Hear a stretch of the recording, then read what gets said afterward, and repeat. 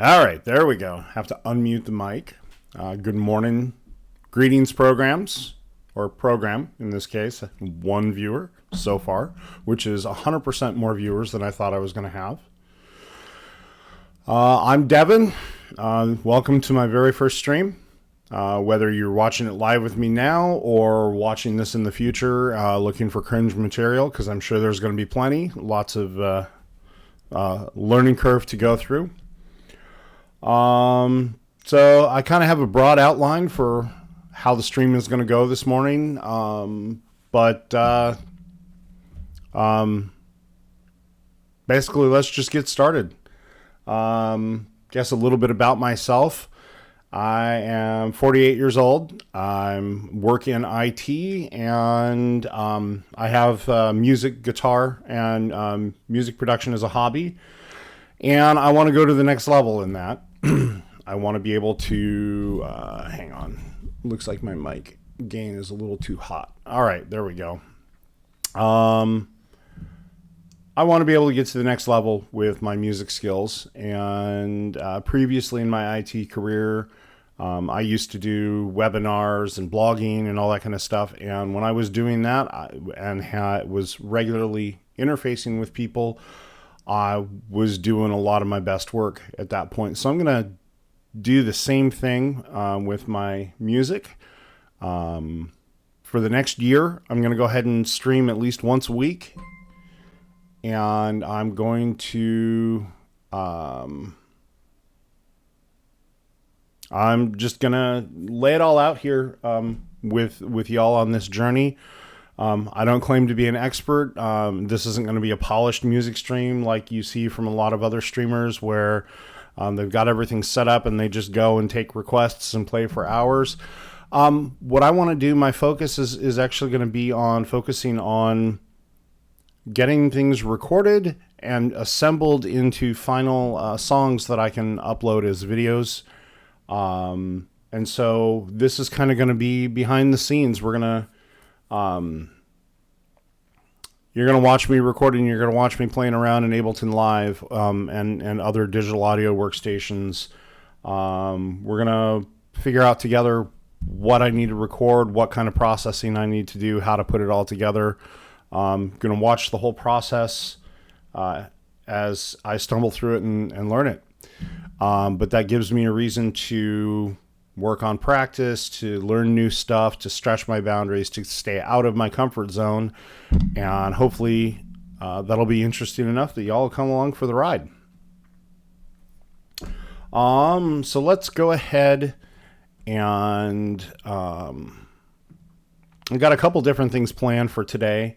Kind of going to do something a little out of the ordinary. I have here the Lego Everyone is Awesome set, which was recently released before Pride, so that Lego could show their support for the LGBTQIA community. Well, this is a great set as it is, but there's a slight modification that I think needs to be made to it or should be made for it. So I'm going to go ahead and do that on stream. I have a tub full of extra pieces and we're just going to go ahead and tear into that and we're going to go ahead and modify it. I've got two short music related clips that I thought were kind of cool that I wanted to share on YouTube. And I've got, well, of course, there's music. Get started on the first song that we're going to be working on over the next couple of weeks. And finally, I was lucky enough to be able to participate in the Back for Blood closed beta last weekend. And now this week through the 16th, it's the open beta. So I figured we'd close out the stream with going ahead and jumping into that and doing some gaming, which is really unusual for me. One, I just don't play games anymore. When I do, it's normally on my Xbox One. I'm a console gamer, got off the PC gaming treadmill, God, over a decade ago.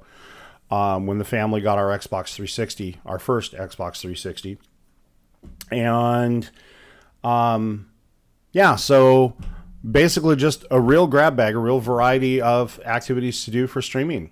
So that's what I'm planning on doing today. Let me know if you've got any questions or comments as we go. I see that we're up to a whole 3 viewers now, which is 300% more than I was expecting. So welcome everyone. Let's do this.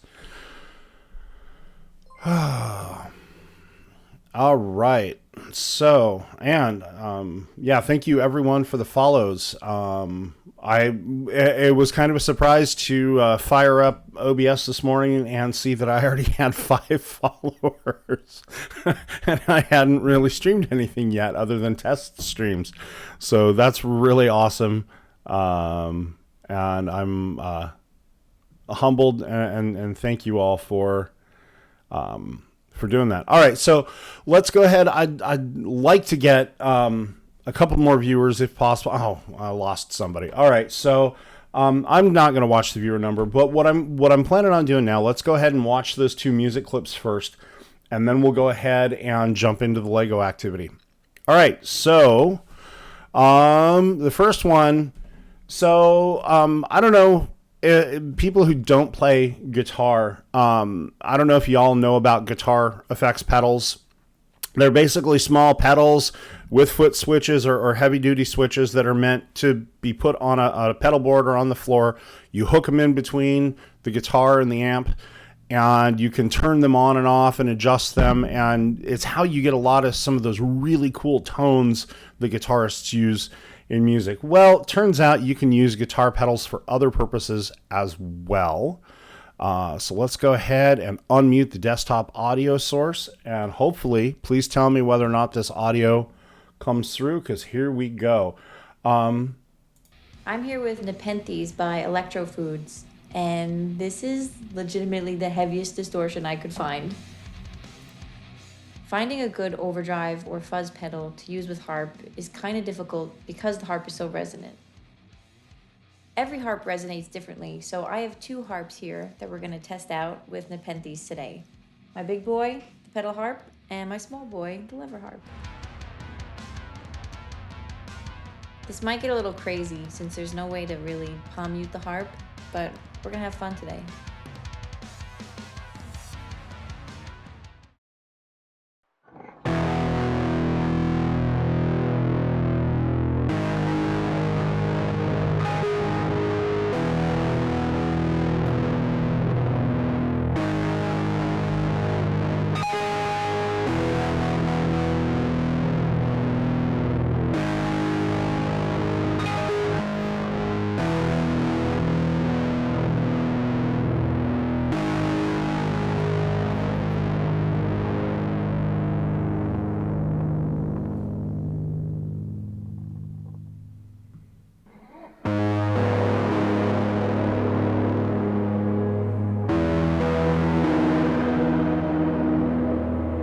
That is some cool harp. Harp the way Odin intended.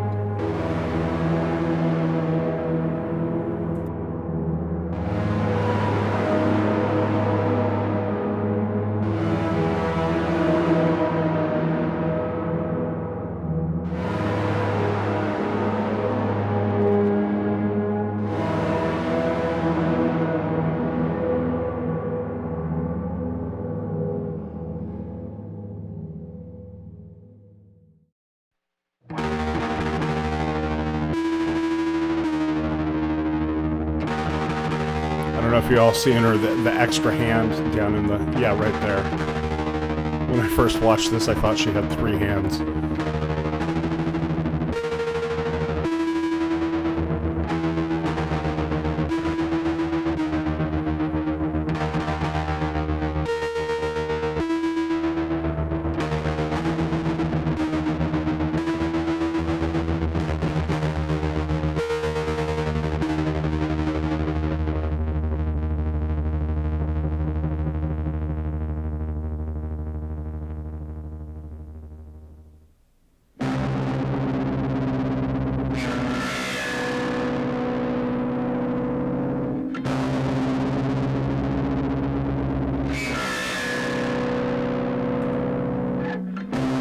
Okay, I gotta pause. This is just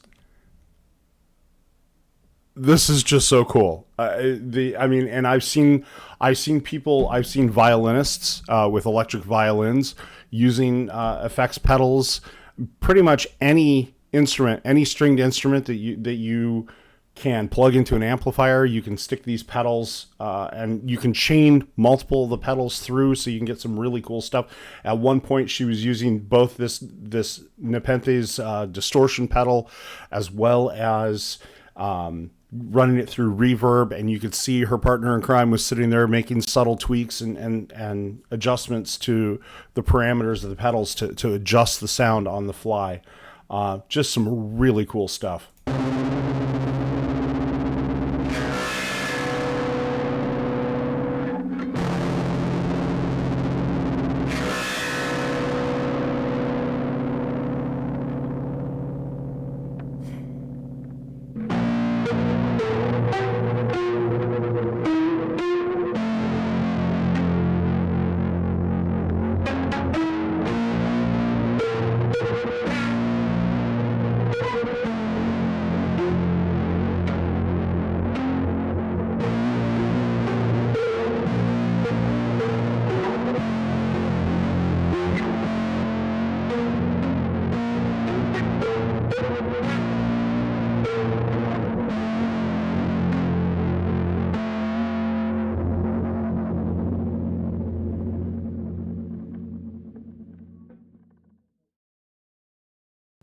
All right, so that was the first clip, and yeah, that just blew my mind when I ran across that. I hadn't even thought of using effects pedals with like a harp.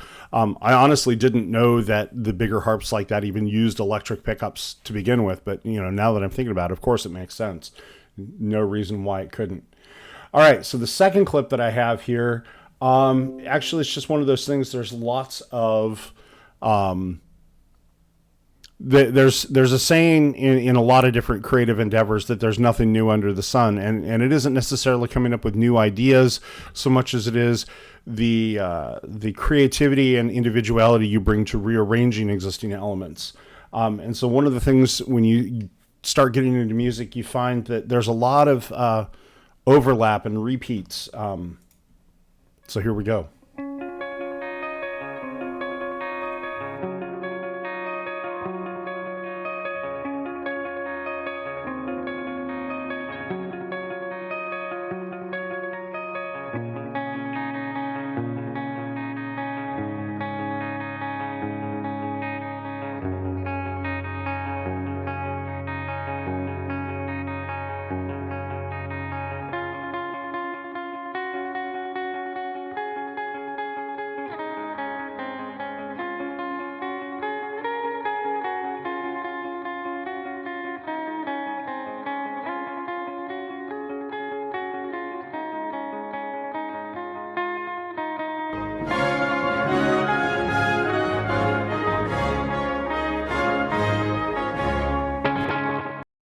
I'm here with Nepenthe.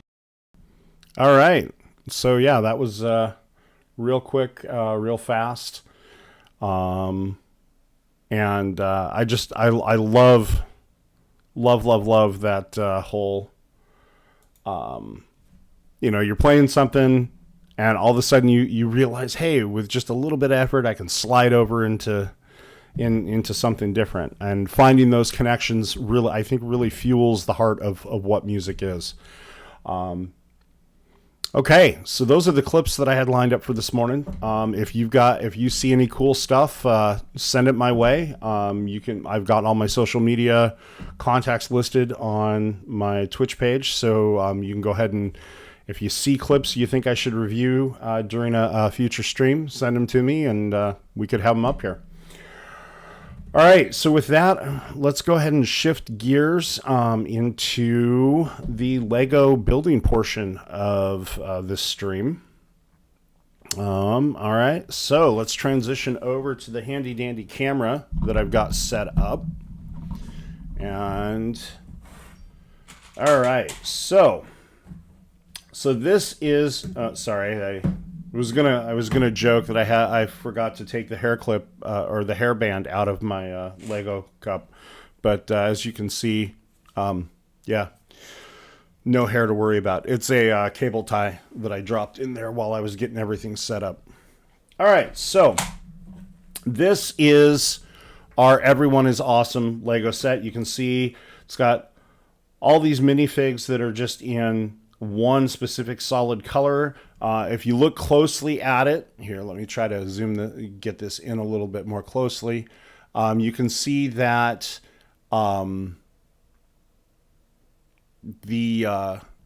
right, it looks like, all right, can someone in chat tell me, it looks like the chat control on the screen, on this screen, really isn't showing chat that well. Like one of the layers is messed up. Is that what it looks like for you guys as well? Or is that just how it's looking on my preview? Okay, cool.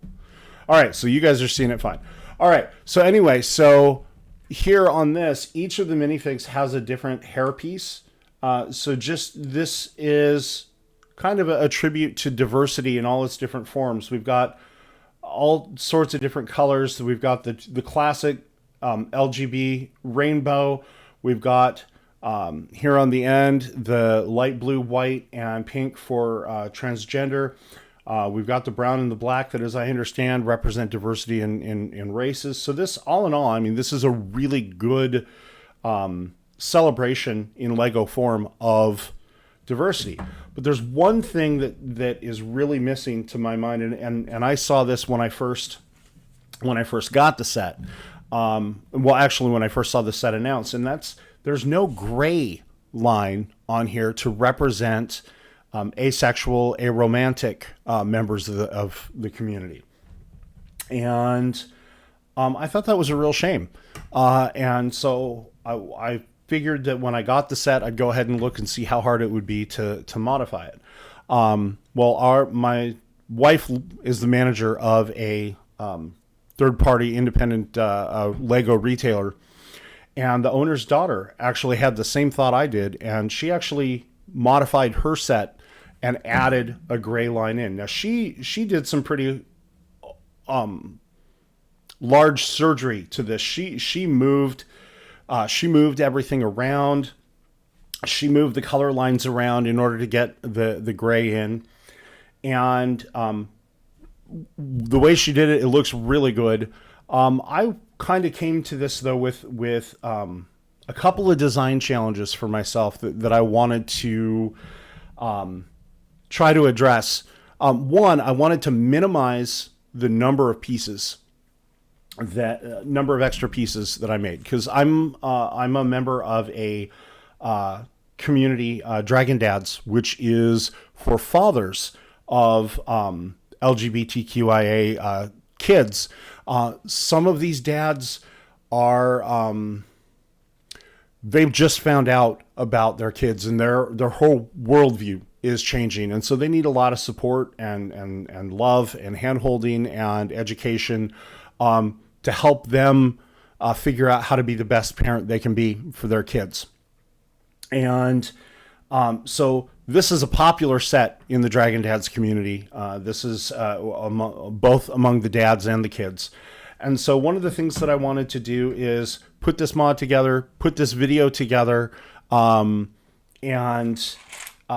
basically walk someone through how to mod their kit, and give them the parts list. The parts list should be up on the Twitch page. It has all of the description, the numbers, the colors, everything you're going to need to follow along with this video to build your own if you have this set. And so, what's, okay. All right. Got distracted. Sorry. Squirrel. So got all the pieces here. And as you can see, hopefully on the camera, there's not a ton of extra pieces in here. We'll take this out because this is the little brick tool that comes with the original set. So I wanted the fewest number of pieces possible. I also wanted to make sure that what pieces I did get were as common as possible, because some of these pieces are a little bit more expensive than others, or a lot more rare to find. Now, like I said, my wife is the manager for an independent Lego store. So they have bulk tables there. So I could go rummage through the bulk tables and find everything I needed. But if you've got to order stuff off BrickLink to get your extra pieces, rare is good. You're not spending as much money. And hopefully you can find all these from one single source. So that was the goal.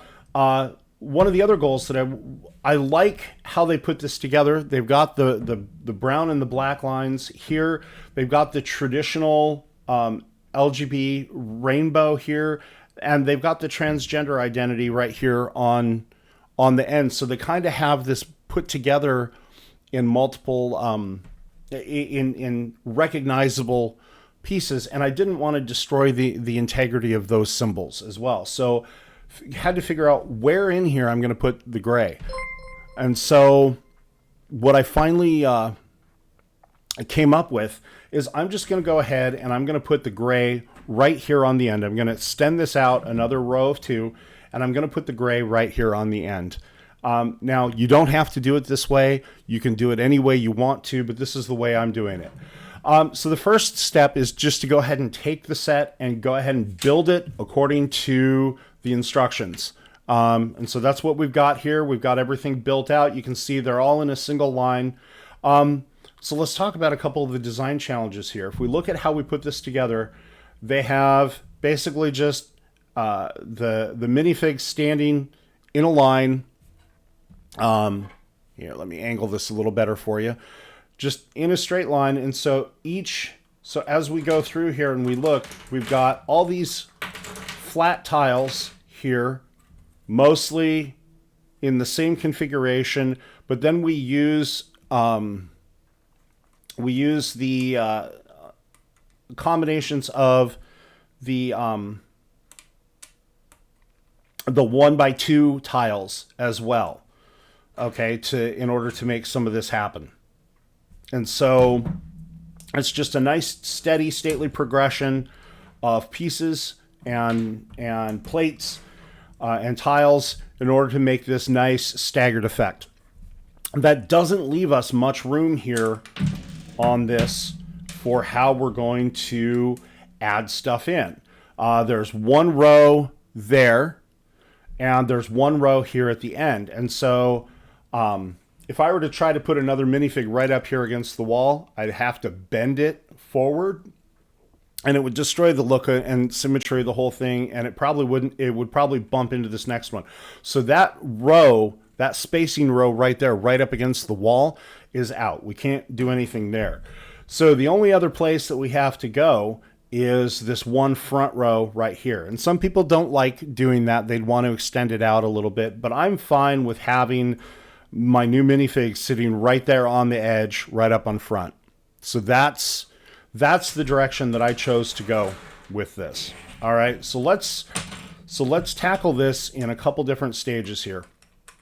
We're gonna first worry about rebuilding the platform, and then we're gonna worry about rebuilding the wall. All right, so I've got here my cup of additional pieces.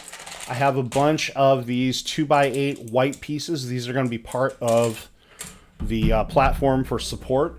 Now, I've got 5 of these, but what you can also do is you can also get 3 of these 2x8, and then you can get one 2x16 that would be one single piece, because that's what they use. That's what they use here for the bottom for this. And so if you can find one of those, that would definitely be the way to go. I didn't see one in my bulk table that I had available, so I went with the two 2x8s, and so that's going to be perfectly fine for us. So the first part we need to do is we need to go ahead and start taking some of this apart. And we're going to go ahead and pull this back because of the way that this was put together. We have this 6x16 platform that we have currently have the black, the brown, and the red lines on. And as you can see, once we pull that off, we've got one of those 2x16 plates, and then underneath we've got a whole bunch of additional supporting bracing. And so the first thing we're going to do is we're going to take, and again, these are the 2x16 pieces that I mentioned. We're going to take those and we're going to extend those out by 2. So they're sticking out, they're sticking out 6 studs, or instead of sticking out 4 studs here, they're sticking out a total of 6 studs. So we're going to just create a room for one more row for ourselves there. All right, so we've extended that out and you can see we've got a gap there. Now we're going to take these, they've got these 3 2x6s here, and this is where we're going to take and replace them with our other 2x8s and put those in, so we've got solid bracing there along the bottom. And one of the things that I really like about the modern Lego builds, if you notice, they've got a large platform here on this side, and then the smaller platform on this side. And so on the bracing underneath, they went for the smaller support on this side and the larger support up here where that smaller platform goes on top, so that we don't have our weak spots lining up. So it's a nice solid base for us. So now we've added those, we've replaced the 2x6s for the 2x8s. So we've made a little bit of additional room now. So now we can take our 2x16, or in this case, our 2x8s, and we can go ahead and just slap those right down there and add them in, and that's the extension to our platform now. And so now we have this piece left that's just going to clip right on there, and we'll have our extended platform. But while we're doing it, let's go ahead and move over our red tiles onto the new row that we just created. All right, and hey, I'd like to thank everyone who's joining and watching, and holy crap, 7 viewers. That is like 700% more than I thought I was going to have. So thank you very much for joining and following and watching. All right, so we transferred the red row over. So now, and this is where these little tools, if you've not played with Legos much, most of the modern sets now come with one of these. It might be one of the older orange designs, or it's this new, but these pieces are there to help you take stuff apart without damaging your Legos. So like you can see, the tip of that is very sharp. So that's perfect for getting under these tiles and helping get them popped up. And so now we're just going to keep moving these across, making room for our gray row on the end. All right, so we're almost done here. Just got this. And sometimes with those, the easiest way to do it is just to take another piece and use that as leverage to pull them off. All right, for those little 1x2 plates. All right, we got one last row to move, and these can be a little easier. I don't know if you've ever noticed, it's probably hard to show this on camera. Let me see if I can. These tile pieces, they're actually, in their description, you see they're called a tile with groove. That's because right on the bottom, there's a little bit of a groove there. It doesn't go all the way down. And there's just enough of a lip there for the tool here. I can't zoom up. I'll have to maybe post a picture of it. There's just enough of a lip there for the edge of this tool to get under that tile. So that's why, if you wondered why in the description why they're called tile with groove, that's why. The groove is down along that edge and makes it so you can actually take these pieces back off once you put them on something. Apparently something they learned early on. All right, so we've got our platform rebuilt, so we'll put that back together. Okay, everything's nice and solid again. And now we can go ahead and pull out our tiles, our light gray. So a word about the light gray tiles. There's actually, Lego has done 2 different over the years. They've done 2 different light gray colors. There's their original light gray, which is has a little bit more of a brownish cast to it, and that's an older color. but somewhere along the way, they switched to a slightly bluer light gray. And so the official color for it is light bluish gray. So that's the color that I've used in all the parts descriptions. All right, so as you can see, all we needed were the 2x2 tiles and then our little 1x2 plate. And so now we've got everything we need. And I even picked up a little all gray minifig. This was actually the most expensive part of this build. I spent about maybe $7-8 for all the pieces in the bulk table, but $4-5 of that was the minifig. My wife actually managed to find a completely separate headpiece that is different than the headpieces of all the rest of the pieces, so we continue that diversity trend. But you can use whatever light bluish gray headpiece that you want in your build. It can repeat one of the ones if you want it to. If you find something completely different, you can do that. All right, so we've now got, and I'm going to go ahead and stand all of my minifigs back on here, and we're going to work through an order. We've got, okay, on to the red. All right, on to the orange. On to the yellow. On to the green. Blue, my favorite color. All right, purple. I love this purple. That is such a vivid, rich purple. All right, our light blue, our white, and our pink. All right, cool. So now we've got all of our minifigs there. We've got our new Ace Arrow figure right here on the end. And we're keeping the symmetry of how it's presented. Looking good so far. All right, so now we'll go ahead and put these pieces back on. It's easy to follow. You just follow the color rows. All right. And so you may have noticed we're going to have some leftover pieces. All right, so that was one of the things that I was trying to do, was reduce the number of leftover pieces, but there's a certain amount of it. So on the end caps, the way Lego built this, on the end caps, they use these 1x1 bricks.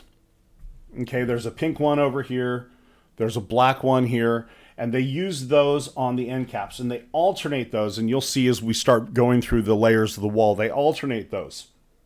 So we had to get some of those in gray now. So that was one consequence of the design decision here to put gray on the end, is we're replacing the black end caps with the gray end caps. So we've got one of these light bluish gray 1x1 that we go ahead and we put there. And we'll put that black one on our extra pieces.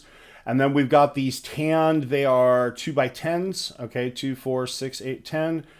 And they were initially inside the wall to provide strength across. Well, since we've extended this by 2, we've thrown that off. Okay, so we need to put a little bit of additional filler in here to make sure that wall is all still sturdy. So I just went with tan 1x2s. It's the same color. It's inside the wall. It doesn't have to be the same color. No one sees this when it's built normally. But, hey, Rage Speaks, thanks for coming and at least watching the first few minutes. The video on demand should be up later, so you can watch the rest. Thank you very much. I appreciate it. Good luck at class and have fun. All right. So I'm just going to put that in there to fill that gap in. It doesn't have to be that color. I'm autistic. I like my stuff to match. So and those tan pieces are relatively easy to find. They're not rare. So it wasn't a problem. Maybe 30 extra seconds rummaging through the bulk bins. What you get is going to depend on what you have available to you, or if you're ordering or not. But I just like the look of having that all be the same color. So we've got our first row in there now. All right, and then, so for this wall, the next layer is made up of these 2x3 bricks. And so they're alternating these 2x3 bricks with these layers of the 2x3 bricks with the layers of what we've done here, which is the 1x2 bricks, the end cap, and then inside the center, these longer pieces to tie it all together and make sure we don't have the weak spots all together at the same time. So this wall becomes one big monolith here. All right, so we're just going to pull the pieces off. All right. Put them on, back down on the base, and as you can see, we're coming along nicely. All right. And now we have our first light bluish gray brick there. So now we've got our second row built up. And so now it's just a case of doing that and alternating through that a couple more times. And so I'm going to kickstart this process by breaking everything down into its constituent pieces. So we'll just run through this process a little bit more quickly now. All right. So again, we've got to one of those black end caps where we'll put the 1x1 piece to the side. We'll add in our light bluish gray and add the 1x1 end cap. All right. And so now we're taking,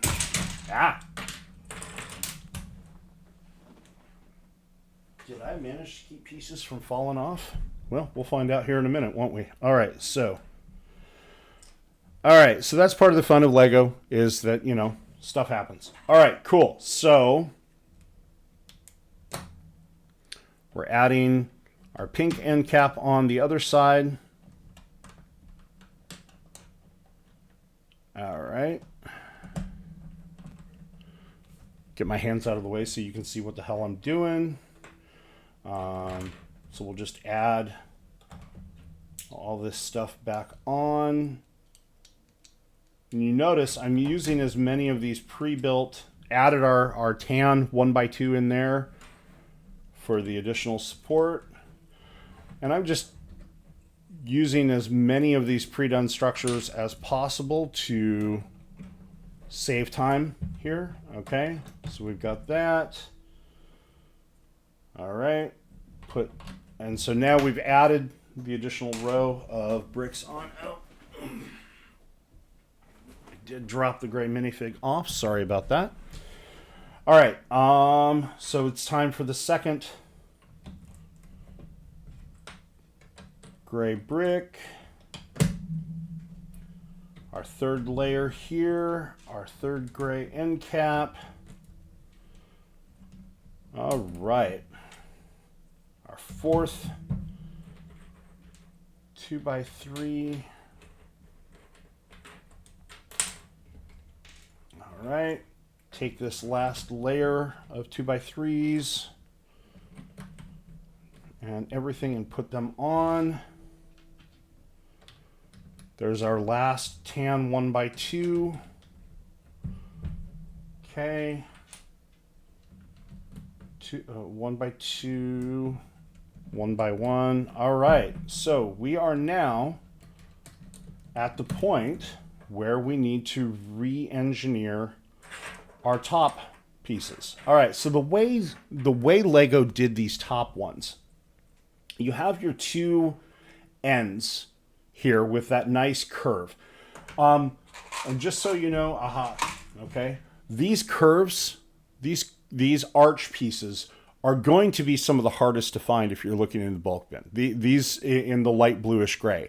They're in a lot of different sets, but these are the most rare, aside from the minifig, these are the most rare pieces, so these might be a little bit harder to find.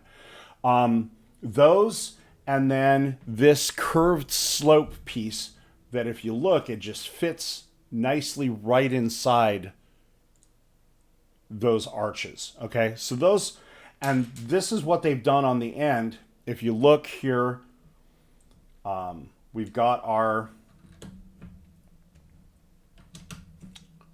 one of these 1x4 slopes in black that nests inside those arches on the black and brown. Okay, so normally that would have been there. These would have clipped on over it. And that's the end cap. They do the same on the end for pink and white. So the pink and white we're just going to put in because we're not messing with that. So that's there. So since that end color is showing, we have to do the same. We're going to switch over. We're going to make that black curved slope go away. That's one of our extra pieces. All right. And so now we put that gray curved slope there. And now we're going to discover the piece that I dropped on the floor. Haha. All right. So we've got another light gray or light bluish gray 1x2 that goes there in the back row. And that's the other piece that's missing. All right. What did I do with it? Oh boy. All right. So I had a piece go escape. Rather than bog things down trying to find it, we're just going to move on. All right. So I had another one of these light bluish gray 1x2 plates. So they're the thin plates with studs, okay? And those go right here. So that when you put the arches on, if you look, there's a little bit of a gap there. That's exactly the space for one of those. So what I'm going to do, I have these plates, and I actually had one of the old tiles, 1x2 tiles in the old light brownish light gray. I don't think you can see the color difference very effectively here. That's the old browner light gray. So we're going to just toss that aside. So luckily I got an extra one of the... Oh, wait, hang on. I just found the right piece. All right, cool. So we put that there. Haha. And then we put those arches on.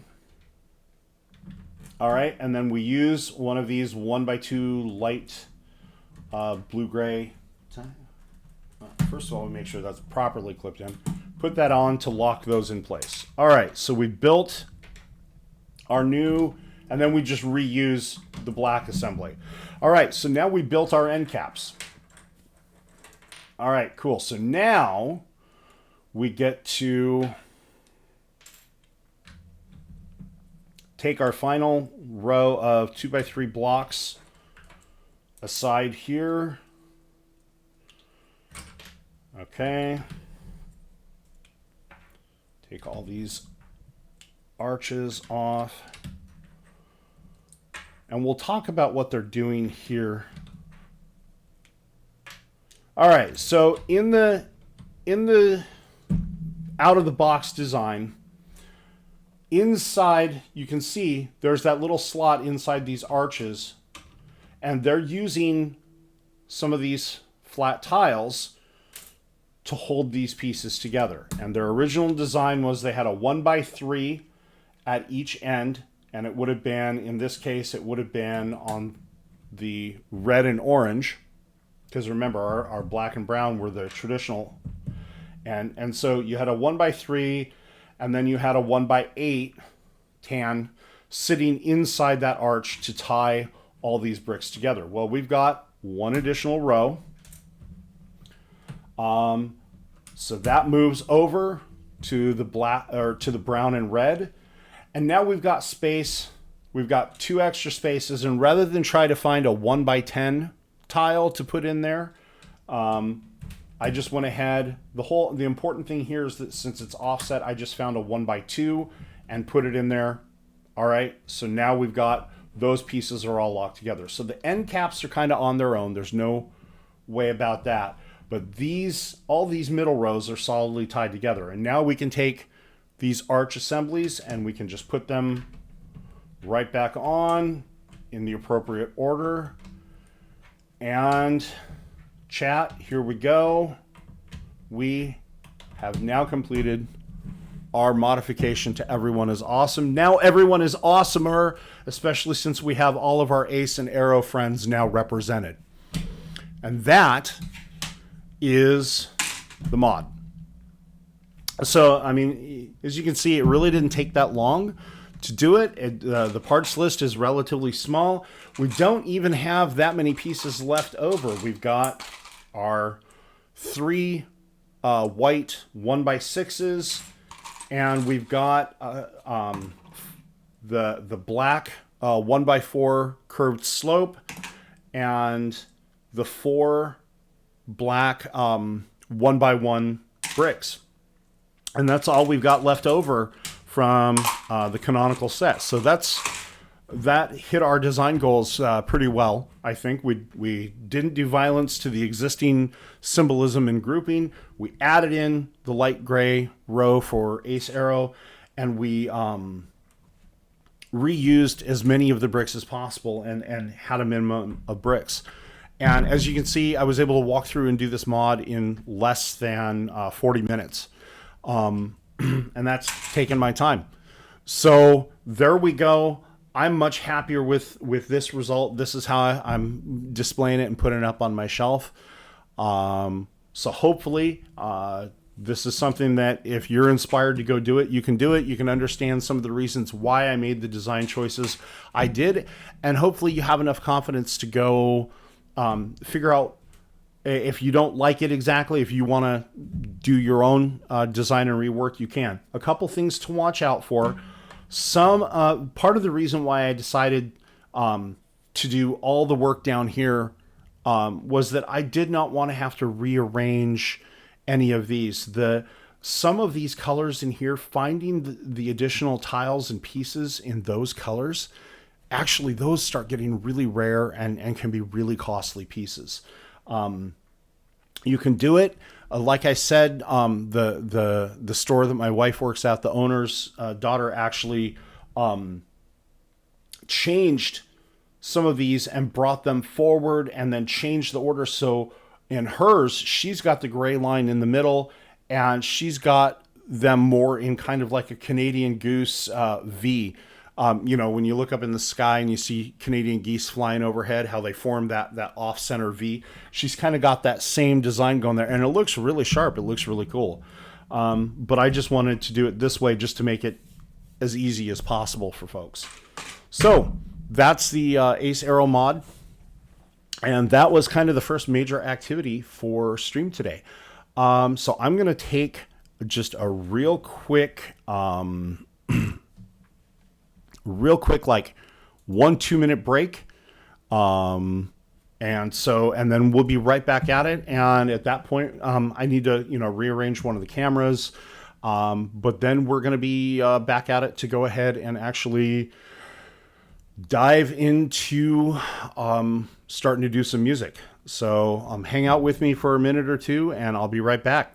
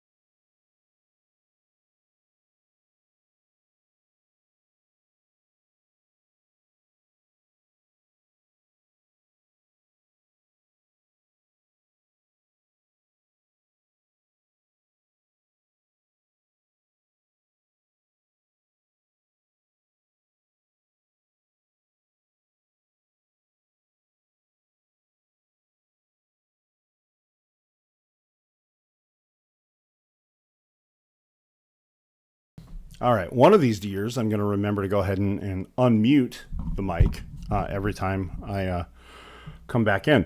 All right. So I'm back. And so what we're going to do next, we're going to go ahead and we're going to, I'm going to go ahead and I've pulled one of my guitars down off the wall. I'll have to post a picture at some point of my guitars. Now, I don't have really expensive guitars. I got back, so I learned how to play guitar when I was 12 initially. The church, the small church that I was in, the pastor's kids all played guitar, and they had an extra really crappy guitar that actually it was kind of damaged.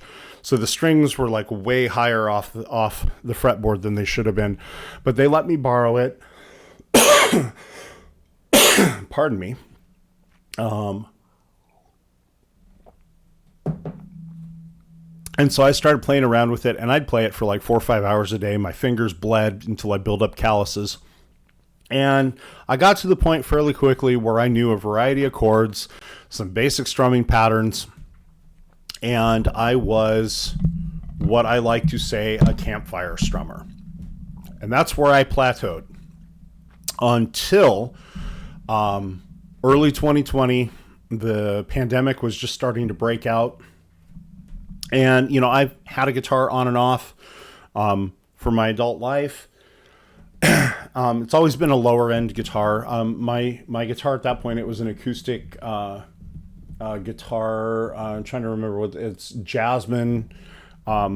It's a really good starter guitar, but it was like $100 guitar. So it's nothing fancy on that one. But as the pandemic was starting up, I realized that, yeah, exactly, was the best time to learn stuff.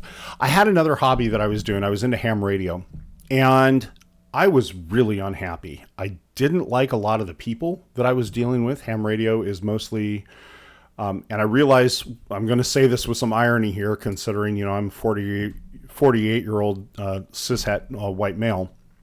Ham radio is awfully full of old white guys and conservative, opinionated old white guys. Didn't like a lot of the people that I was hanging out with. I didn't like their political opinions. Didn't like the amount of money that I had to drop to do anything, the amount of time, the very slow time scale that it happened on. And I even though I liked the technology, I hated the hobby. And so my wife was like, well, why do something you hate? Sell off your radios and do something you love. And I'm like, you know, that's not a bad idea. So I sold off a bunch of my radio gear, and I went to Guitar Center and ordered one of their starter Squier Affinity Fender Stratocaster starter sets. So it's like a little 15-watt amp, a Squier Fender guitar, starter guitar. I ordered some mods for it, some tool sets and stuff like that, everything that I needed. And I found a great community online for online guitar lessons. And so started jumping back into that and playing.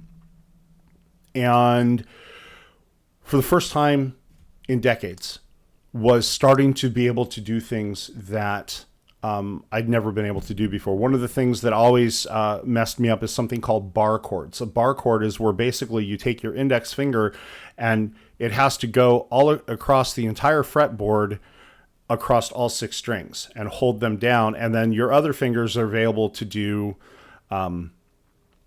there's like 4 or 5 different bar chord shapes. And with that, you can do most of the chords. If you know how to do bar chords, if you know how to do bar chords, you can play most anything. Is that Pretty Burb TV? Yeah. So I got it's the red one. Here, let me go ahead and show my baby off. I've modified it since then, but all right. So here's the electric guitar that I have. It's just your basic, and it's the So when you get into Stratocasters, you get into their basic types of guitars. There's the Strats, there's the Les Pauls, there's the Telecasters. Those are kind of your big three. But your Strats traditionally are either single coil, single coil, single coil, the SSS configuration, or in this case, the humbucker single coil, the HSS configuration, also sometimes known as a super Strat.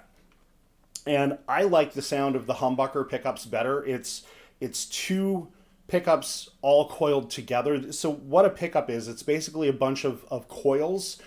So it effectively becomes a magnet and senses when your string is vibrating near it, that it causes fluctuations in the magnetic field under that pickup.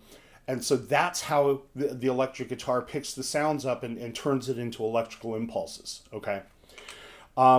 So humbuckers kind of give a little bit more of a richer, deeper, meatier sound, or can, than your single coil pickups. Humbuckers are also a little less prone to noise and hiss, because these two coils, if I understand the physics behind it correctly, they're wound in opposite directions. So you get a different characteristic for the magnetic field. So with a Strat, you've got your three sets of pickups, your neck pickup, your middle pickup, your bridge pickup. And then you've got this wonderful little selector switch here that I can go with it all the way in position 1. I'm only doing my bridge pickups. This is called the bridge, by the way. This is where the strings kind of tie in down on this end. And position 2 activates both your bridge and your mid pickups. Position 3 is just your mid. Position 4 is your mid and your neck, and position 5 is just your neck. So that gives you 5 different starter combinations for your tone. So that's one of the reasons why I like Strat guitars, so the Strat style guitar so much, is that it really does give you the most variety in your tones all on one guitar. Now there's some additional mods you can do on higher end guitars or whatever, and I've got some slated for this. But with this baby, this is enough to start with. I did make a couple of modifications down on this end. I took the string tree. Oh, hey, why is that so loose? That's bad. That's bad. Let's tighten that up. All right, so our string trees here. Can't believe. Wow. Okay, that would affect tuning. So these little things here are called string trees, and what they do is they push down on the strings as they come over the nut and down to the tuners, or the machines, the machine heads here, and they push the string down and force the string to come in to the tuning machine at the correct angle. Okay, not all guitars have them. These are kind of very characteristic of the Strat style. But so I replaced these, took the cheap stock ones off and put in some slightly better ones. This piece here is called the nut, and this basically is very important for the sound and tuning of your guitar. On the Strat affinities, the Squire affinities, this is usually just a low-end cheap piece of plastic, so I replaced that with something called Tusk XL, which is a higher quality nut, and so put that in. And then I replaced the tuning machines with what are called locking tuning machines. It makes it a lot easier. Locking tuning machines basically grab onto the string and hold it a lot better. You don't have to wind the string around and tie it in a certain way to keep the string on. So they hold. It's a lot faster to change the strings and a lot easier to keep them in tune with locking tuners. This specific set that I got also are called ratio tuners, where each machine is geared a little differently inside. So the end result is when I do, like, say, a half turn on this string, that's going to move that string up or down in pitch the same ratio as doing a half turn on this string, or a half turn on this string, or a half turn on this string. So what ratio tuners do is basically make it so that you know how much you have to turn. You can hear how low or above your target pitch you are, and you know immediately how much you have to turn the knob to get your string back into tune. Normal tuners don't do that. These ratios differ. Normal tuning machines just go the same amount, and so you end up having to, okay, here I'm this far down and I have to play with it a little, and then so locking ratio tuners, in short, I spent about $150 on those, which honestly was about as much as the guitar itself was. But they make it a lot. The guitar holds its tune a lot better. It's easier to restring it when I need to, and it's easier to keep it in tune. So those are the mods that I made on this right now. I've got more to go. And then I have one of these little clip-on tuners. I've gone crazy and bought one of these little Fender clip-on tuners for every single one of my guitars. I love these things because you just turn it on. It's a nice, bright, colorful display. You can easily tune it up. And, you should be checking the tune of your strings every time you pick up your guitar to play. And with one of these tuners, it doesn't take very long. I can, humidity changes, temperature changes throughout the day can cause minute shifts in tuning. And with one of these, I can be tuned up in 10-15 seconds and then on and playing and sounding good.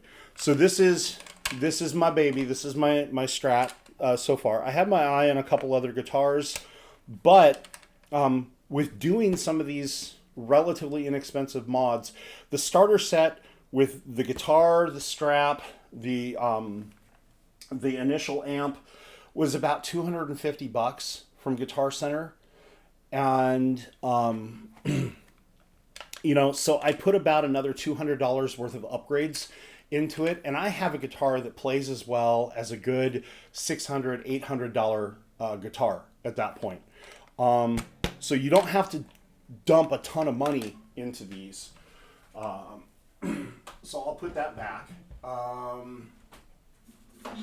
right, while I'm here, let's go ahead and show you. This is the starter guitar that I mentioned that I have. So this is a Jasmine. It is, where did I find the model number? Right there. It is a Jasmine S35. These things, you can find these for $100 in most music stores across the world. Definitely around $100 in the US, North America. And these things, for being such an inexpensive starter guitar, these things are pretty universally rated, like at 4.5, 5 stars as far as a beginner guitar for the quality that you're going to get. So I had to send this into my local luthier for repair. I had some frets pop up a little here that was changing the tuning, which I discovered trying to play Bon Jovi's Dead or Alive, Wanted Dead or Alive. What I was finding was that when I was doing, it wasn't sounding right up in here. I had 2 frets where I'd press down and it was the exact same note. And the note that it wasn't the note that either one of those frets was supposed to be. So that was a clue something was really out of whack. Sent it in, they pressed the frets down, did a full service on it, got it fixed. And so this still is a really great guitar. It's just a plain acoustic guitar. I bought an additional pickup that I can slide in here into the sound hole, and it sits underneath and it pick up. So if I want to amp this and play this on an amp, I can. All right. So that's, hang on, let me secure this so it doesn't fall over. All right. So third guitar, and the one I'm going to be doing most of the work with today, this is an Ibanez. It is, I'm not going to read the model number off, but it's an Ibanez, and it's an electric acoustic guitar. It's a little smaller, and it's a little smaller on the fretboard, so it's easier. It's easier to play. But it's also got the electronics built in, so you can see I've got the cord, the amp cord plugged in. It's got a little equalizer and tuner built into it. So you can play this acoustic, you can play this amped electric. It's all ready to go. It's a smaller, lightweight guitar, and I really love this. This is the one I usually grab to play with when I don't want to pull the electric out. So anyway, and as you can see, like I said, I have one of those Fender tuners right on the end there. So yeah, so these are guitars that I have today. I've got my eye on a couple other lower end ones. If I won the lottery, there's a couple higher end ones that I get. The new Fender Acoustasonics look really cool. But I've got a couple of the Harley Benton ones that I would love to get my hands on, and those are entry level, like about $250 each as well, and those are by all accounts really, really stellar entry level guitars. They're made over in Europe. They're only sold through one retailer in Europe, so that's part of the reason why I haven't ordered one yet, is I don't want to wait 7 to 9 months to get a guitar. All right, so with that in mind, let me get switched over back to the correct screen. All right, there we go. That's the one. All right, so switching over. Yeah, the mods and the stickers, and I mean, you could see. So I'm a huge soccer fan. My wife turned me into a soccer fan in 2014. So I've got some of the local soccer team stickers on the guitar, some local eateries and breweries and just basically causes I support. It's really easy to see that I am definitely LGBTQIA friendly from all of the rainbows on my electric guitar. So, all right, so I've got up on screen, it's a song by Jonathan Colton, and it is a really haunting song. So I've actually got two songs by Jonathan Colton up on screen. And the reason why I'm going to go with Jonathan Colton is, one, his songs tend to be a little bit simpler to play. And I'm still, despite the gains that I've been making, I'm still, part of the reason I'm doing this stream is to push myself to develop my skills. If I know I have to come here every weekend and I have to face you all and have to show you what progress I've made, I'm more likely to go do the practice during the week. So that's part of the stick and the carrot that I have for myself. And so I've got two songs here by Jonathan Colton. Jonathan Colton, if for those of you who don't know him, is a wonderful singer-songwriter, guitarist who basically has really made a name for himself in the nerd community. He wrote the songs for Portal, the end credit songs for Portal and Portal 2, Still Alive, and I'm blanking on the name of the one from Portal 2. But anyway, the songs that Gladys sings in the end credits. But before that, he had been, if I remember right, he'd been working as a developer in New York City. And he got into doing music in his home studio and stuff like that. And he set himself a challenge where he was going to release to the internet a song a week. A brand new song. He'd have 1 week to do the song, record it, produce it, mix it, put it together, and put it out for an entire year. One song a week for an entire year. And so if you go to jonathancolton.com, you will see a ton of, he has like 4 albums that are a thing a week, 1, 2, 3, 4. And each one of them has 13 songs. 4 times 13 is 52. So those are his songs for an entire year. And so he like one of those songs, he did a cover of Baby Got Back in more of a Lounge Lizard style. He's got Re Your Brains, which is a great song of let's mix the zombie apocalypse with office politics, slam it together, and there we go. He's got a lot of he's really got a thing about songs from science fiction, almost like Bond-esque villain type things. There's Skull Crusher Mountain. There's the wonderful, uplifting, lovely Christmas song of Beta Chiron Prime, which is about a human family enslaved on an asteroid by the robot overseers. He's just got a ton of great, quirky songs.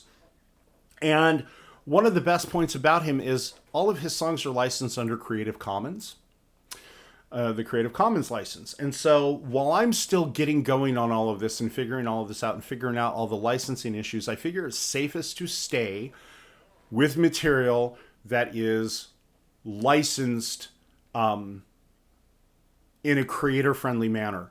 So they don't have to worry about getting content license strikes and stuff like that as I'm figuring stuff out and figuring out how much money do I have to pay to licensing services, all that good kind of stuff. So we're going to start with some Jonathan Coulton songs. And these are the two that have been kind of eating my brain. There's Nobody Loves You Like Me, which is just an absolutely haunting song. My wife and I actually went to see Jonathan in concert when he came to Seattle several years back. And the way he does this song in performance, he does it completely a cappella. So he's not playing the guitar at all. There's maybe a drum beat in the background. But he's well known for doing a lot of on-the-fly sound effects and stuff like that through either his iPhone or an iPad. He uses Ableton Live on his MacBook. He uses a bunch of the little more colorful pads and loopers and things like that. And he has this combination of plugins and effects where it changes his voice. It modulates his voice and breaks it like into a robotic chorus and chords based on the MIDI chords he's playing into like his iPhone. It takes those chords and splits his singing voice into the, and so Nobody Loves You Like Me. I highly recommend you go find it on YouTube and go listen to it if you haven't heard it. And it is just a haunting. Paul and Storm, another group within the kind of the geek music community, they were touring with Jonathan, and they often do these days. They during a sound check at one of the venues they were doing, they basically called it the song that's going to haunt your brain for the next month. When he was sound checking this song, and so it's a great, and I can't hope to do his performance that way. I mean, even if I got all the plugins and stuff to do it, I could duplicate that, but I could not duplicate the effect that it has. But one of the things that I'm really trying to do is figure out how to do songs, how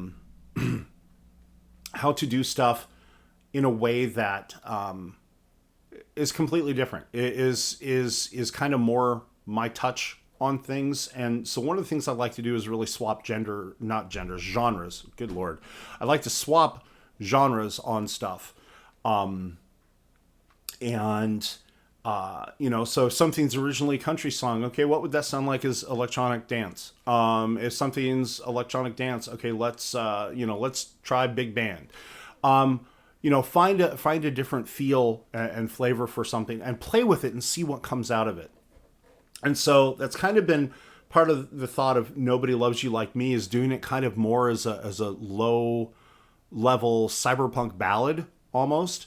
And it's the lyrics are haunting, and there's lots of, one of the other things I love about Jonathan is his lyrics.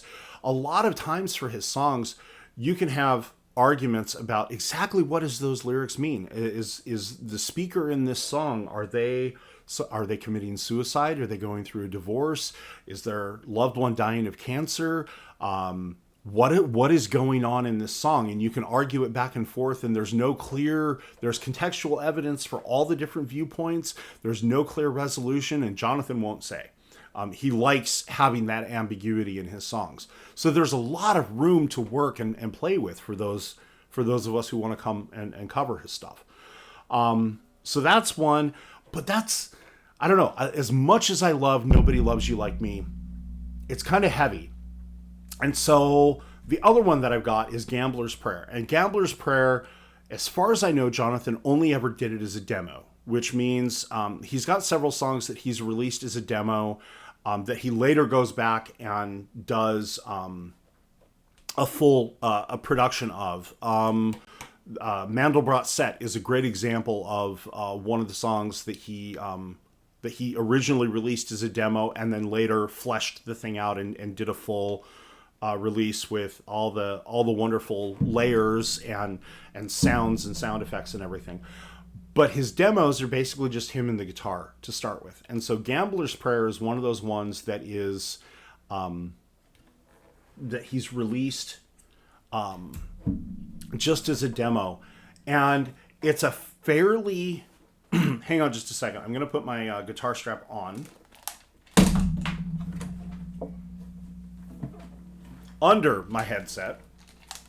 You got to layer these things properly or you end up screwing yourself up. Gambler's Prayer is fairly easy to play.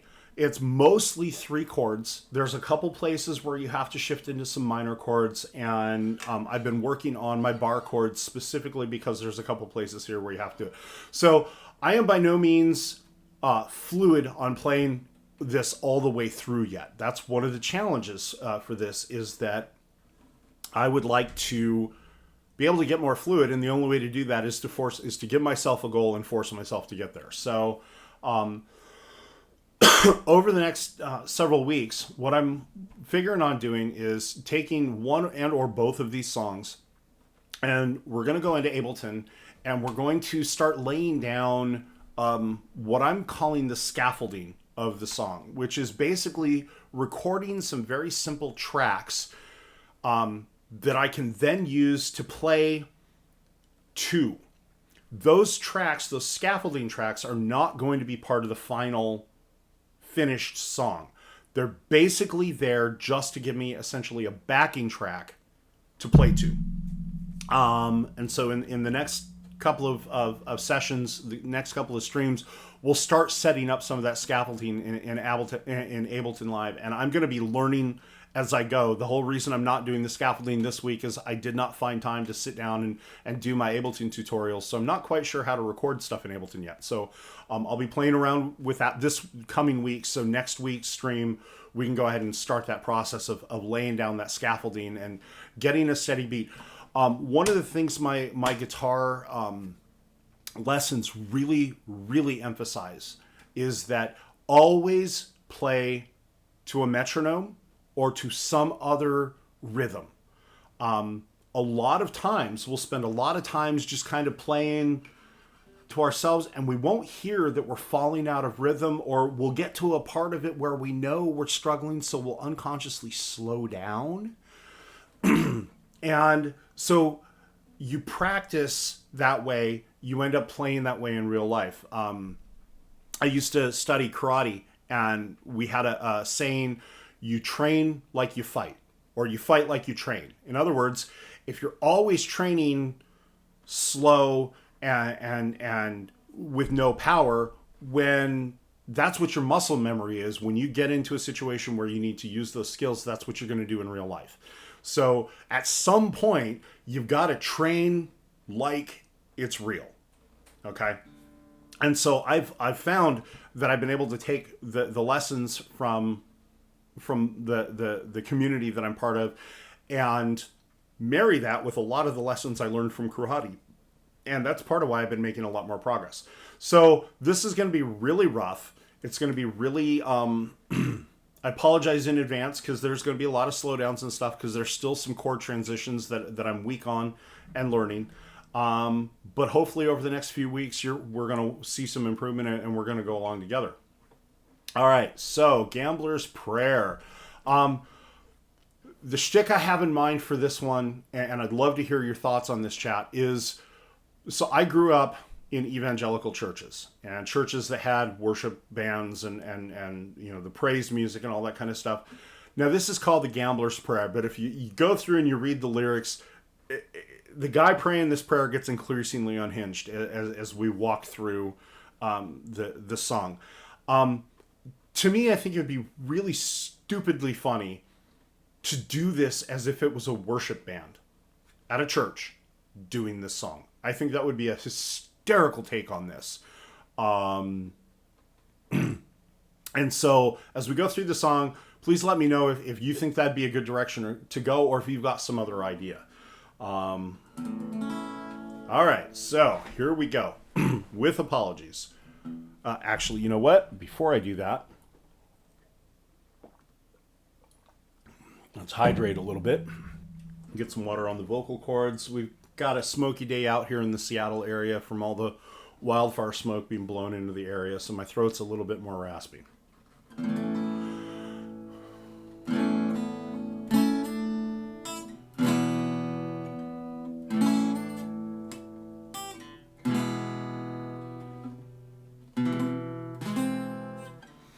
Lord, hear my prayer. Look down on me. I'm not as wealthy as I used to be. It's not even 10, and I'm busted again. Why does this happen to me? Give me a sign, show me you care. A straight to the ace, Lord, or even a pair. I can't make it alone, and I'll sink like a stone unless you can undo what I've done. So Lord, lift me up in your tender embrace. Let me your wisdom, your strength, and your grace. Help me to smash my opponent's face. Oh Lord, help me take money from my friend.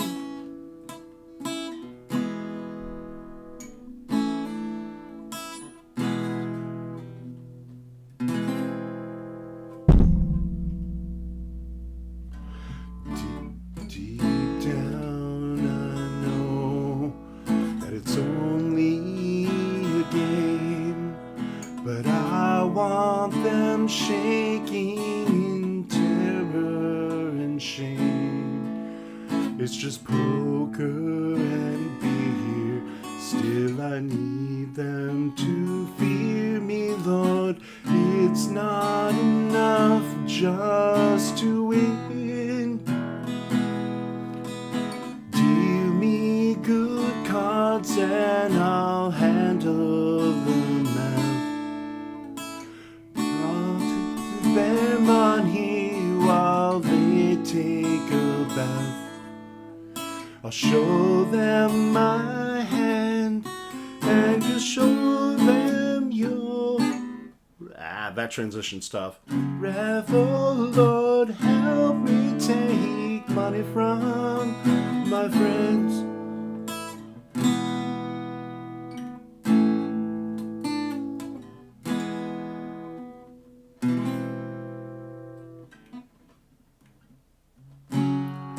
And I don't want to cheat them,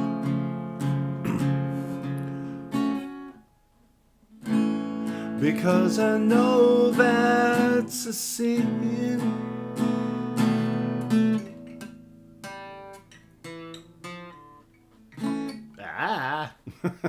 There's some finger picking in there that I just screwed up. All right. So back to my bar chord, F sharp minor. I just want to defeat them.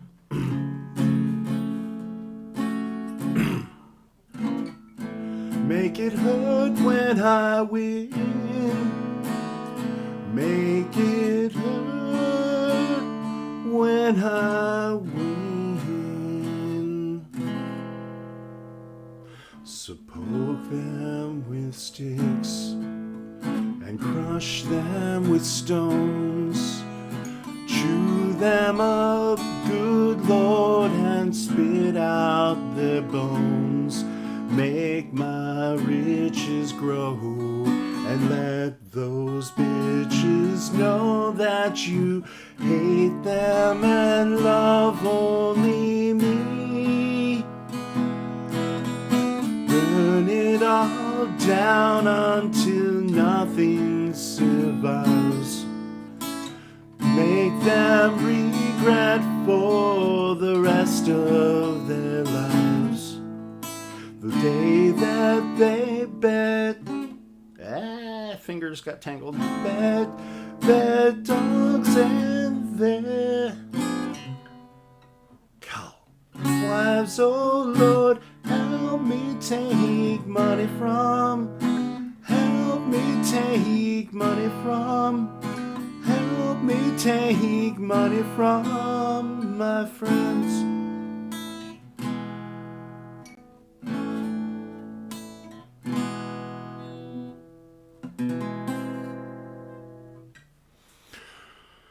All right.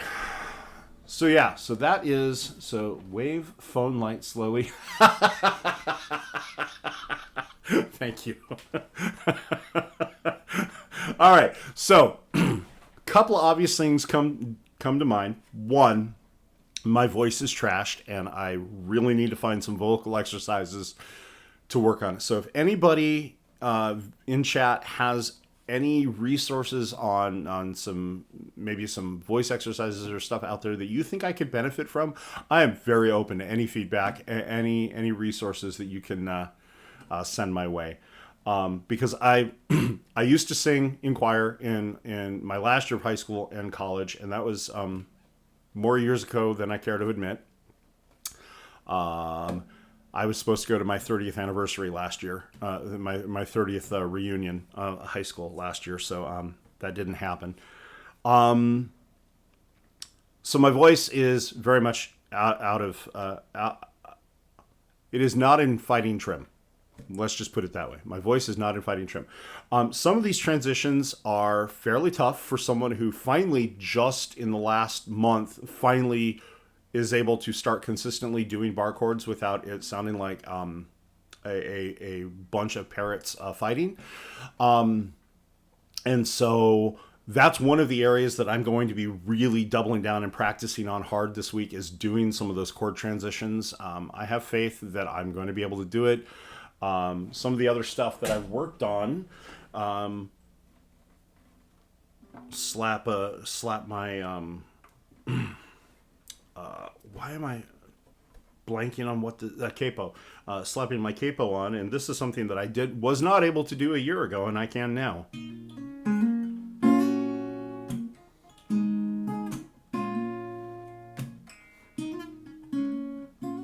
And I can hear some of you saying that. So if you don't recognize it, that's kind of the opening riff from Ed Sheeran's Icy Fire. I used to not be able to do that at all. So I have faith that if I sit down and focus on something, I'm going to be able to work my way through it and get proficient. One of the other things that I did a little while ago was let's start that over again since my fingers got in the way.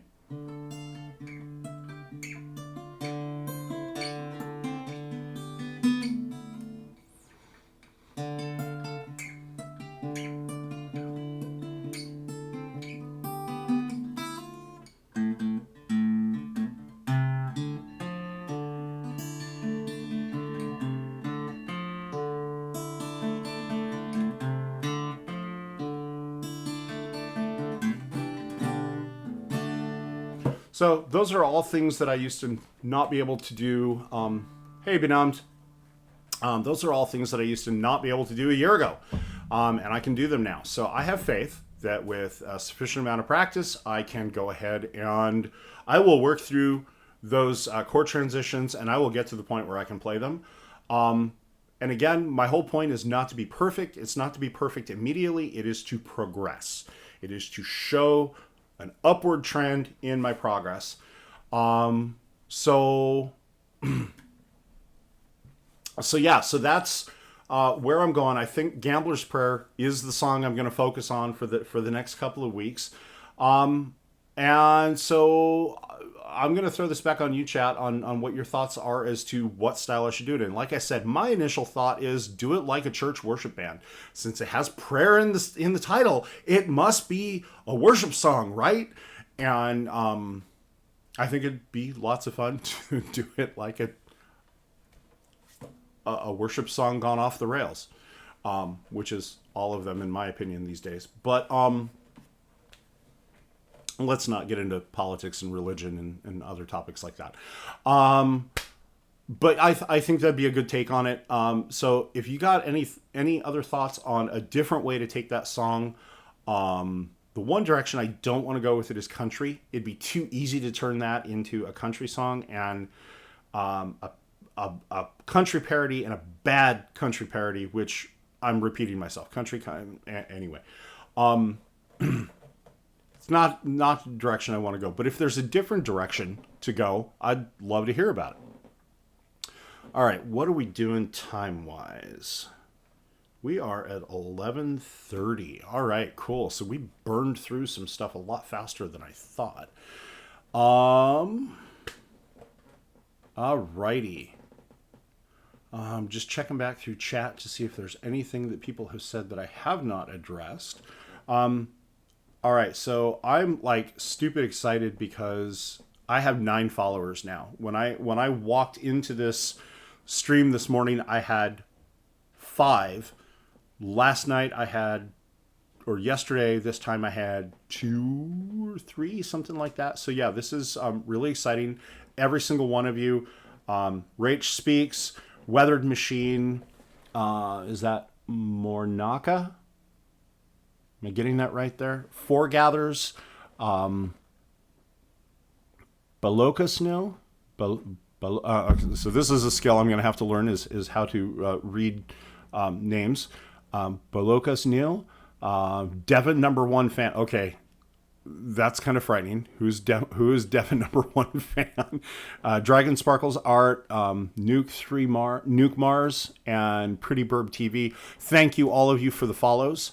I really appreciate it.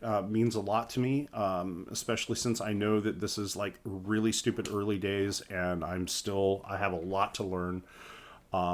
Hopefully you're going to stick around and come back and we're going to have fun. And in a year, we're going to look back on this and laugh at how badly I sucked and be impressed at how much, hey, Benumbed, thank you also for following 10. Holy crap. 10 followers. Wow. Okay. That is like 10 times more than I thought I was going to have. Wow. Okay. It's really funny. I've been watching streaming for a while now. And, every time, big streams, little streams, doesn't matter. You see people and they're like, oh, thank you for the follow. Thank you for this. And you're like, okay, so some people it's kind of get choked up about it, and there's always that little sense in the back of your head of, wow, you're really kind of putting on the melodrama there. You're kind of over it. No, that's I just discovered that's coming from a real place of I don't know if it's insecurity or humility or what it is, but it astonishes me that I already have people who are here watching the stream, commenting, following along.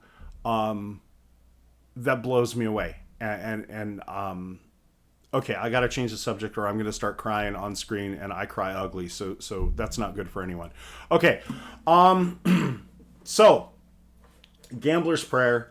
So the worship, the worship angle take on it.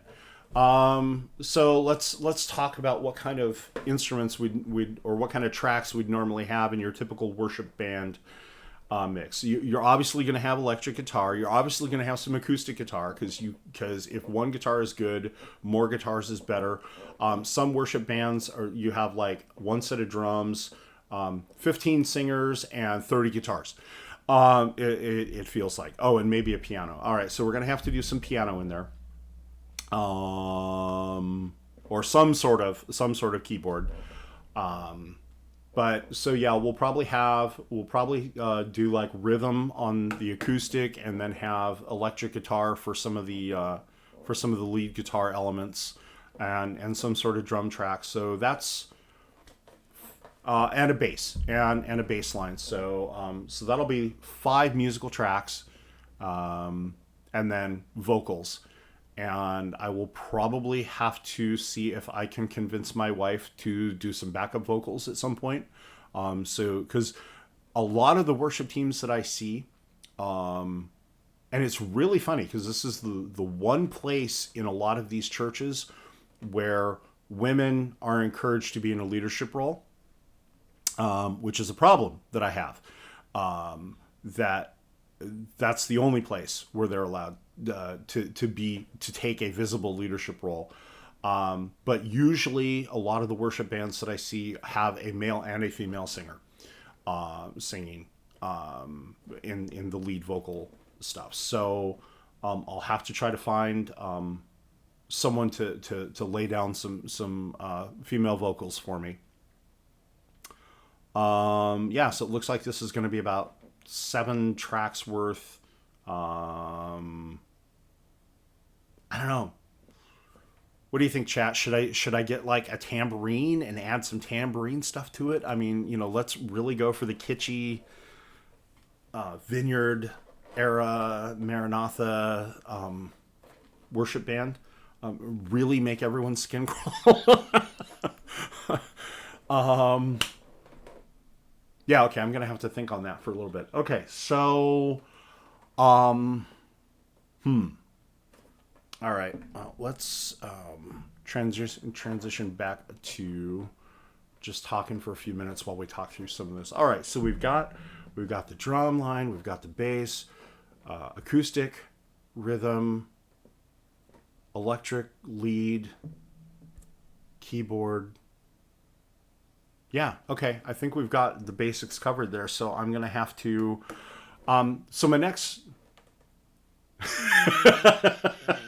Yeah, the tambourine was. Oh, harmonica. Do we need to add harmonica in there? Okay, I'm gonna have to think about this. Where, because I'm wondering if during the bridge, and I don't want to cheat them because I know that's a sin. If you have a little bit of harmonica in there as well, that could be really funny. I'll have to think about that. I will probably do that entirely with electronic instruments because I do not own a harmonica. I do not plan on owning a harmonica. That's not really my thing. All right, cool. All right, so we've got a plan going forward. So next question for chat is, if I go ahead and do you want to watch me in next week's stream actually putting down and recording the scaffolding tracks? It's probably just going to be a simple beat, and then like probably using a MIDI keyboard to just plunk the chords in time so that I've got a backing track that I can listen to that just tells me what the structure of the song is, so that as I'm going and recording the rest of the tracks that I have places to put them.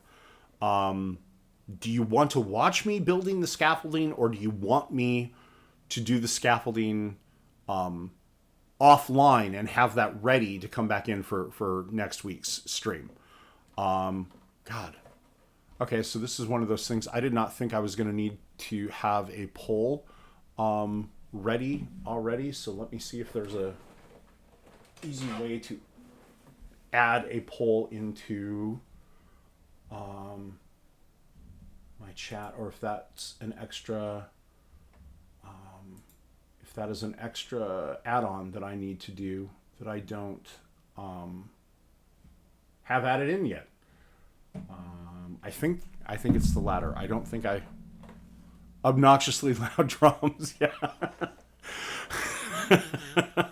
I'm gonna need your help on that, Binam, to make sure that that we have that mixed or mixed properly.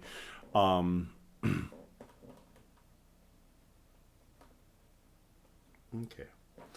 I don't know why my Apple Watch is going crazy all of a sudden. What are you telling me? What's that, Lassie? You say Timmy's falling down the well? Okay. They have an easier time understanding the collie than I do my Apple Watch. Okay.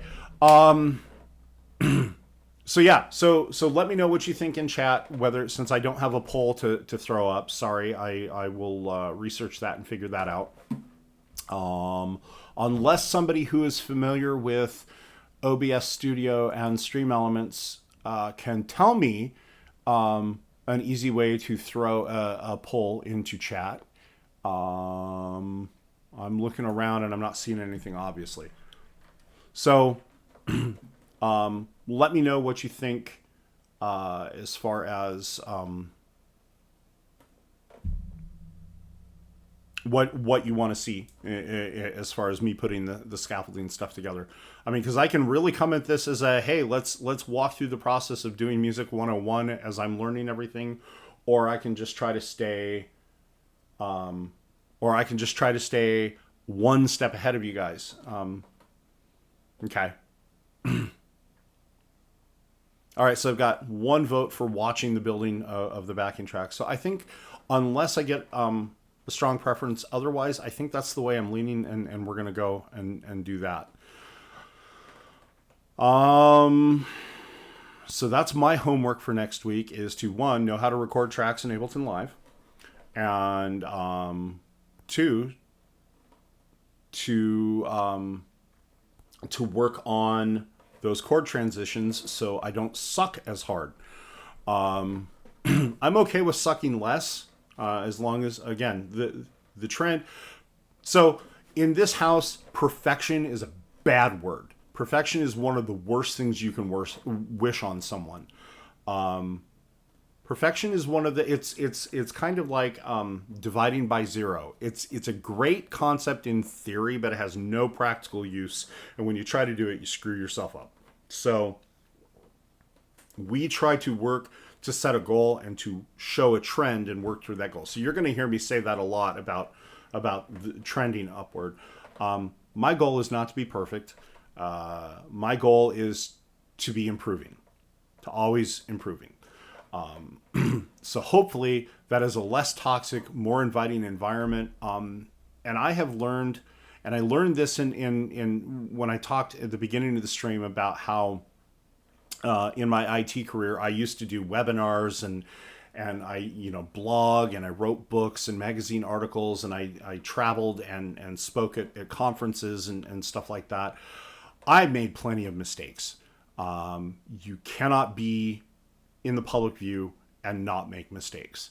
I have tried to adopt the philosophy that mistakes are how you learn.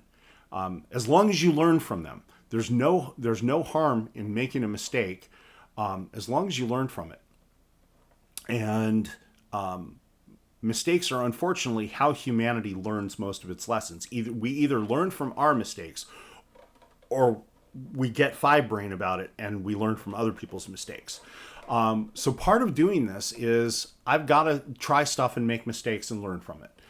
So this is not going to be a perfect polished stream going forward for this next year. This is going to be this is going to be a clown car at times, folks. I can promise you that right now. But I will learn from stuff. That's what I can promise you. I will learn from stuff and hopefully pull you along, and you can learn from my mistakes. And so we'll all learn together. And if you guys know stuff that I don't, and you see I'm going down a wrong path, speak up, let me know. Send me feedback. I'm open to hearing anything and everything. Now, just because I'm open to receiving it doesn't mean I'm necessarily going to act on it the way that you think I should, especially if it's mean or whatever. If it's mean, don't bother to send it. But I am absolutely the best way to learn something is to make mistakes. The second best way to learn something is to teach it.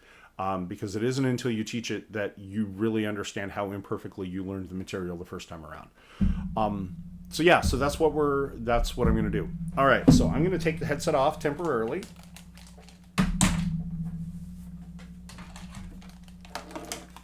All right, so that allowed me to semi-gracefully take my guitar off. All right. So overall, I want this stream to be more 50% music content, but we've kind of hit the limits of what I was prepared for today on that. So I think I'm going to give myself a 1 to 2 minute hydration bio break. And then I will be right back. And I think we're going to go ahead, since we are 11:45.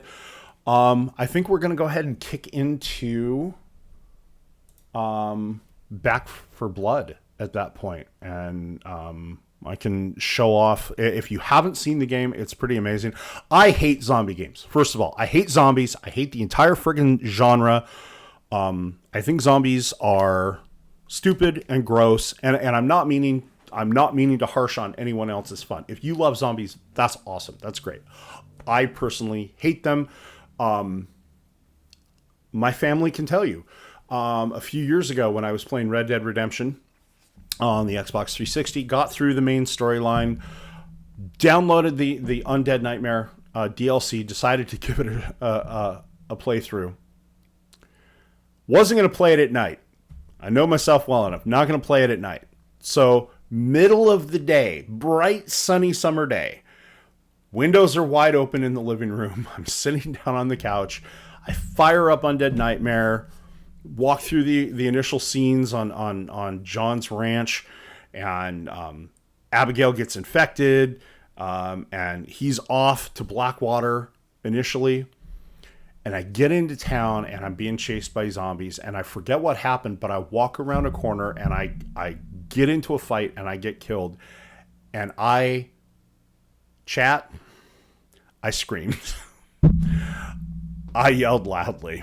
And that was in the middle of the day, bright sunny day, and I dashboarded and said, I'm not playing this again. And to this day, I have not fired back up Undead Nightmare. So when I say I hate zombie games and I hate zombie movies, there's only one zombie movie that I've watched that I really enjoyed. And that is Simon Pegg. Why am I blanking on the name of it? But yeah. So anyway, so that was a funny zombie movie. Otherwise, I hate the genre. So a couple weeks ago, watching several streamers, and they all had the drops enabled to get the Back for Blood codes. You watch the streams for an hour. You get a beta code. Go into Steam, put in the code. Boom! Now you've got access to the closed beta until through I think it was the 9th. So last weekend. And so I was watching streamers playing this, and I'm like, okay, this isn't that bad. This really isn't setting off the same stuff. Like I watched gameplay of like Left 4 Dead, and nope. And so that's the funny thing about it is the Left 4 Dead 1 and 2. It's the same team, if I remember right, that does Back for Blood, but so it's the same studio, but they don't. It's different. Intellectual property, so it's not set in that same world. It's kind of a new thing. And so watching some of these streamers playing it, and some of them were deadly serious about how they were going through it, and they'd already played through it multiple times, and they had multiple cards and stuff unlocked, and really knew what they were doing, and were already getting some good tactics for the different fights and stuff like that. And they were having a great time. And then I watched a couple other streamers who they had no friggin' clue what they were doing. And it was chaos, and it was clown cars, and clowns and zombies sounds like it'd be an absolute awful mix, but it turned out it was very entertaining, and everyone was having a lot of fun. And there were a couple different modes. One, you can work through the storyline with a group of up to 4 people, so you can work through co-op. And in fact, the way the game is done. If you haven't seen it, if you don't have players, they add bots for you. But then there's also a mode where you can go in 2 teams of 4, and you take turns being the cleaners, aka the humans that are trying to take back stuff from the zombies, and then the actual zombies themselves, or they call them the ridden, I believe is the term in game. And so you take turns going back and forth, and it's to see which team can last longer as the cleaners. And that looked incredibly fun, which, given that I got burned out on player versus player play a long time ago, the fact that I'm sitting there watching PvP going, that looks like it could be a lot of fun with the right group of people. Just kind of, I was like, what the hell is going on? So I went ahead and took my code and redeemed it and downloaded it, and played it last weekend. That's the first time I've gamed on a PC, other than Minecraft, that I've gamed on a PC in, oh God, years, maybe even over a decade. And it's the first zombie game I played other than Halo. And I will, to this day, the Flood in Halo are zombies. The Flood are basically science fiction zombies. So it's the first zombie game that I played since the Halo games, and I enjoyed the hell out of it. I really had a lot of fun. So that's what, after I take a quick break, that's what we're going to come back into. I'll boot it up and we'll get going. So let me go ahead and switch us over to the Be Right Back screen and mute the audio, and I'll be back in like 2 minutes.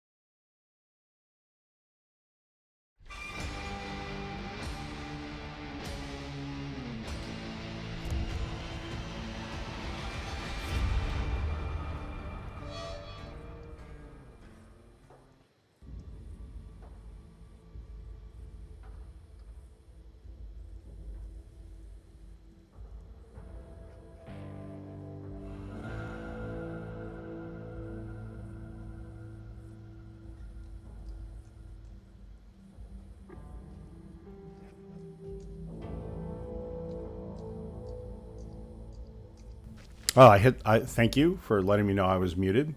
All right, so we're back. We're in the game. Welcome to Fort Hope. And what I was saying is, if anyone in chat has the game and would like to play with me, just let me know, and we'll get hooked up in Steam and get into the game.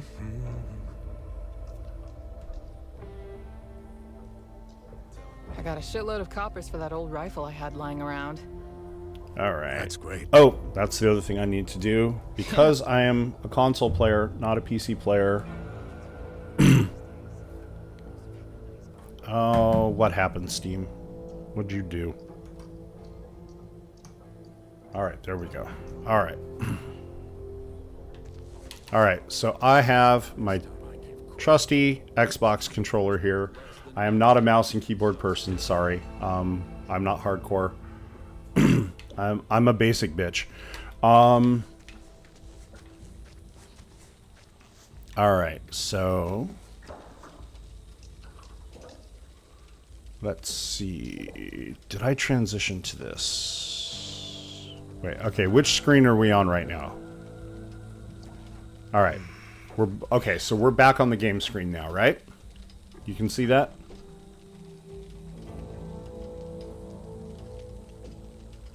Okay, one of the things I'm having to get used to is the lag. So, between what you guys are seeing and what... all right.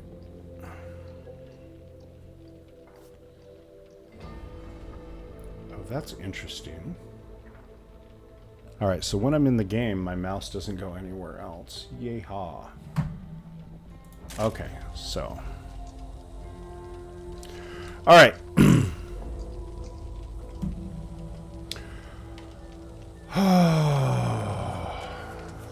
All right, so let's head on over.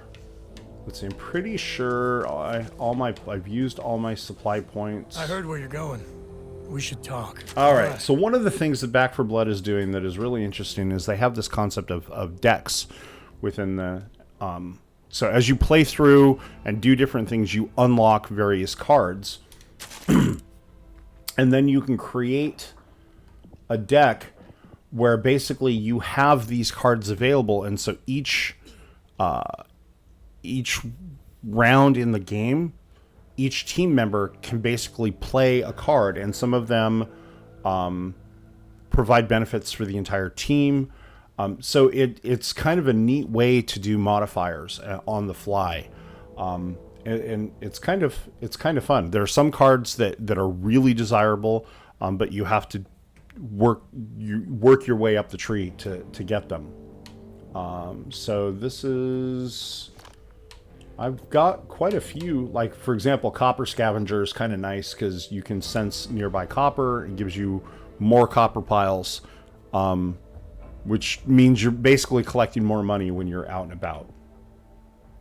All right. All right. And then, so you have two separate decks for when you're going PvP versus co-op. All right. So,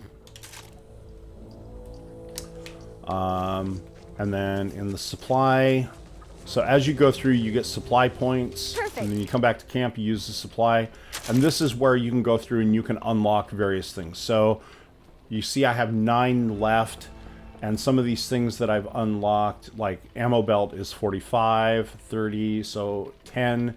So I'm pretty sure at this point I can't unlock anything more. I've got boomstick. So I've got... everything that I can get for now on the supply lines. All right, so I'm just going to go over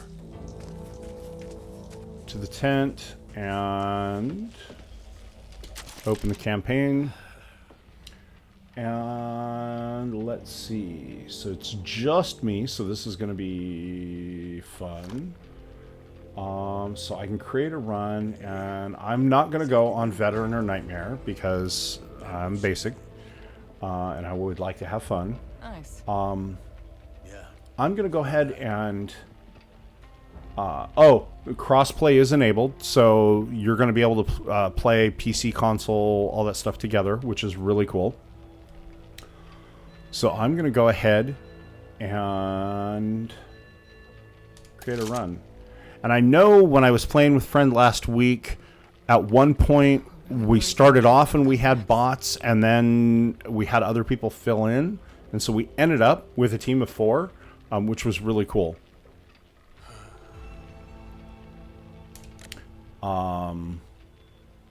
So I think that's what it's going to try to do for me now, is match me up with actual people, and if it can't, it'll throw me in with bots and hopefully pair me up with other people later. So I'm just going to start from the beginning. I believe from the beginning of Act 1, I think is what I told it to do. So we'll start through... We worked through Act 1 last week. So yeah, here we go. So we're going to start off from the very beginning.